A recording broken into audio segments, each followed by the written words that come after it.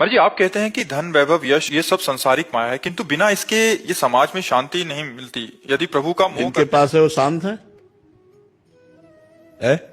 आपने कहा बिना इनके शांति नहीं मिलती, तो जिनके पास है वो शांत है, वो प्रसन्न है, वो सुखी है, वो बिल्कुल निश्चिंत है।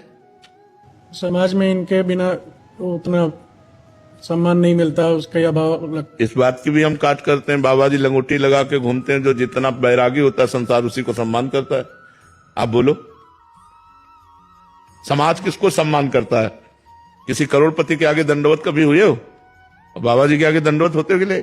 तो आखिरकार तुम भी सम्मान किसको देते हो, वैराग्य को या भोगों को? वैराग्य।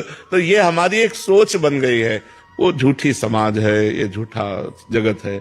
अगर आपने नाम जप नहीं किया, भजन नहीं किया, अभी शरीर छूट गया तो शरीर भी छूट जाएगा, मकान भी छूट जाएगा, बैंक बैलेंस भी छूट जाएगा, घोड़ा गाड़ी भी छूट जाएगा, फिर क्या आपके पास रहा? शांति तो भगवान के भजन से, और भगवान ने सबको ये अपने भाग्य के अनुसार रुपया, खान पान, मकान दिया है, नहीं दिया है? तुम्हारा जैसा भाग्य वैसा तुम्हें पत्नी मिली, वैसा तुम्हें धन मिला, वैसा तुम्हें भोग नहीं। बहुत से ऐसे हैं कि करोड़पति हैं, उनके पास पत्नी नहीं है। बहुत से ऐसे पति पत्नी स्वस्थ हैं लेकिन बच्चे नहीं हैं। बहुत से ऐसे पढ़े लिखे हैं लेकिन रुपया नहीं है, पढ़े लिखे हैं कोई नौकरी नहीं मिलती। बहुत से ऐसे हैं कि कोई ज्यादा प्रवीण नहीं, चतुर नहीं है, मर्सिडीज गाड़ियों में चल। ये सब भाग्य का खेल संसार में चलता है। तो हम अपने भाग्य बदलने आए हैं मनुष्य जीवन में, भाग्य के अनुसार जीने नहीं आए। हम ऐसा भजन करें, ऐसा तप करें, ऐसा दान पुण्य परोपकार करें, तीर्थयाटन करें कि हमें अगला जो मिले वो बहुत अच्छा मिले। अगर हम इसी में केवल दृष्टि रखेंगे तो हमारी दृष्टि गलत भी हो सकती है। तो वो रुपया किस काम का, वो तो नाश कर देगा। धर्म से चलोगे तो दीपक की तरह जलोगे, और अधर्म से चलोगे तो हाइलोजन की तरह जलोगे, लेकिन फ्यूज हो जाओगे, एकदम चमकोगे और फ्यूज हो जाओगे। दीपक की तरह जलो लेकिन लंबे समय तक जियो, आनंद पूर्वक जियो। वो है भगवान का आश्रय, भगवान का भजन और धर्म पूर्वक कमाया हुआ धन। नहीं तो बहुत से ऐसे तुम्हारे पास, तुमको तो दूर से देखने में लगेगा।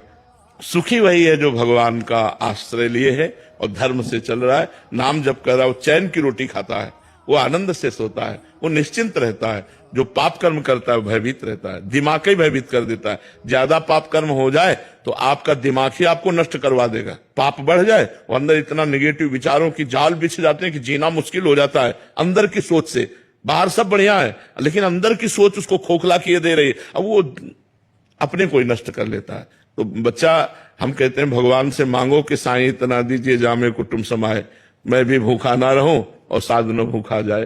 तो भगवान वैसे सबको दिए हैं अपने अपने भाग्य के अनुसार। मेहनत से कमाओ और मेहनत से जो सुख मिले वो ठीक। दूसरों के देख करके, इच्छा करके अधर्म आचरण मत करो, गलत आचरण मत करो।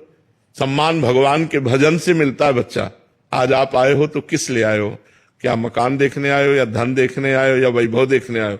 आप एक साधु से मिलने देखने आए। और साधु का मतलब भगवान का भक्त, भगवान से जुड़ा हुआ, भगवान का भजन करने वाला। तो आप जो देखने आए हो, जो सत्संग सुनने आए हो, जो अपने जीवन को सुधारने आए हो, तो भगवान के जुड़े होने के कारण ही तो आप हमसे प्यार करते हो। तो आप क्यों नहीं भगवान से जुड़ सकते? आप सोचो, भगवान से क्यों नहीं जुड़ सकते? वास्तविक सम्मान भगवान से मिलता है, वास्तविक धन भगवान से मिलता है, वास्तविक सुख भगवान से मिलता है। देखो, तुम्हारे परिवार में 4-5 लोग होंगे, 10 लोग होंगे, आप उनके लिए परेशान हो। हमारे परिवार में 500 लोग हैं और चिंता ना हमको है, ना इनको है, ना किसी को है।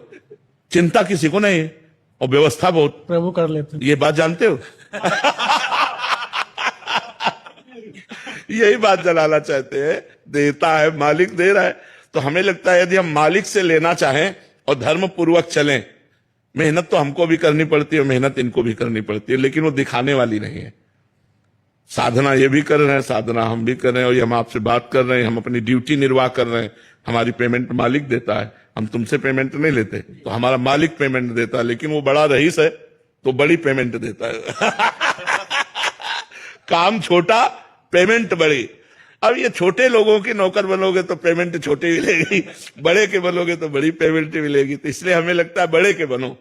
ये छोटे काम करते हुए भी भगवान से, तो वो जब देगा तो बहुत बड़ा बना देगा। आपकी पेमेंट में क्या? कृपा, आनंद, सुख, प्यार, क्या नहीं मिलता हमें बताओ? हमें ये बताओ कि ये नहीं मिलता। सबसे बड़े मालिक के हाथ में दे दिया। बिल्कुल अपना जीवन उनके हवाले कर दिया। तो कोई ऐसी चीज नहीं है जो हमारे पास ना हो, लौकिक और पारलौकिक। और मरने के बाद जो मिलना है वो तो तुम देख ही नहीं सकते हो, ये तो जिंदा ब्याज है। जो मूल मिलेगा वो तो तुम देख ही नहीं सकते हो, तो चकाचक आनंद है। तो इसलिए बच्चा राधा राधा रटो और इस लोक में जो दुख सुख पड़े सह लो और फिर आगे बड़ा मंगल हो जाएगा। पाप कर्म मत करो। अगर धन की ही चाह है तो इतना धन दे देंगे कि चाह खत्म हो जाएगी। आप भजन करो केवल, किसी भी तरह की कोई टेंशन नहीं, नो टेंशन नो प्रॉब्लम एकदम आनंद ही आनंद। तो ये आनंद कैसे मिला? भगवान की शरण में। हाँ, तो हम तुम्हें बताते हैं, ना रुपया में शांति है, ना मकान में शांति, ना पद में शांति, ना प्रतिष्ठा में शांति, भगवान में है। भगवान को अपना लो, परम शांत परम आनंद हो जाओगे। देखो आदमी चाहता है कि यार कोई हमें प्यार करे, नहीं चाहता। हमें पूरा विश्व प्यार कर रहा है, पूरा विश्व प्यार कर रहा है। कितना प्यार करते हैं लोग, रात में 4-4 घंटे 5-5 घंटे उसी जगह खड़े रहते हैं केवल, और हमारा निकलना होता है 30 सेकेंड। उनको क्रॉस करने में बहुत 30 सेकंड या 20 सेकंड लगते होंगे क्रॉस करने में। 20 सेकंड के लिए वो 2 घंटे 4 घंटे से कहां से आके खड़े हुए हैं, धक्का खा रहे हैं, गर्मी सर्दी बरसात सब सह रहे हैं, केवल इतना कि भगवान का भक्त यहां से निकलेगा और हम देख लेंगे। कोई रोड श्रृंगारित कर रहा है, कोई नाच रहा है, कोई गा रहा है, पूरा विश्व प्यार कर रहा है। क्यों? क्योंकि विश्वात्मा भगवान के हम हैं, इसलिए प्यार कर रहा है। तो हमें प्यार शांति सुख सब भगवान से चाहिए और उन्हीं के दिए हम तृप्त होंगे, मनुष्य के दिए तृप्त नहीं हो सकते। महाराज जी, आपकी अपनी पेमेंट में इतनी सारी वस्तुएं बता दी कि ये मिलता है तो लोभ जागृत होता है, तो बट जैसे लौकिक व्यवहार में 30 तारीख को पेमेंट आता है, इसकी पेमेंट कब आती है? जब चाहो तब, जितनी चाहो तब उतनी, जब चाहो तब और जितनी चाहो उतनी, और कुछ ना चाहो तो भगवान अपने आप को दे देते हैं। मालिक अपने आप को दे देते हैं कि मैं तुम्हारा, सारा वैभव तुम्हारा। इसीलिए तो चतुर भक्त भगवान से कुछ लेता नहीं है, भगवान से कुछ मांगता नहीं है, अपने आप जो दे दे उससे निर्वाह होता है। वो भगवान को चाहता है, भगवान से नहीं। भगवान को चाहता है, भगवान से नहीं।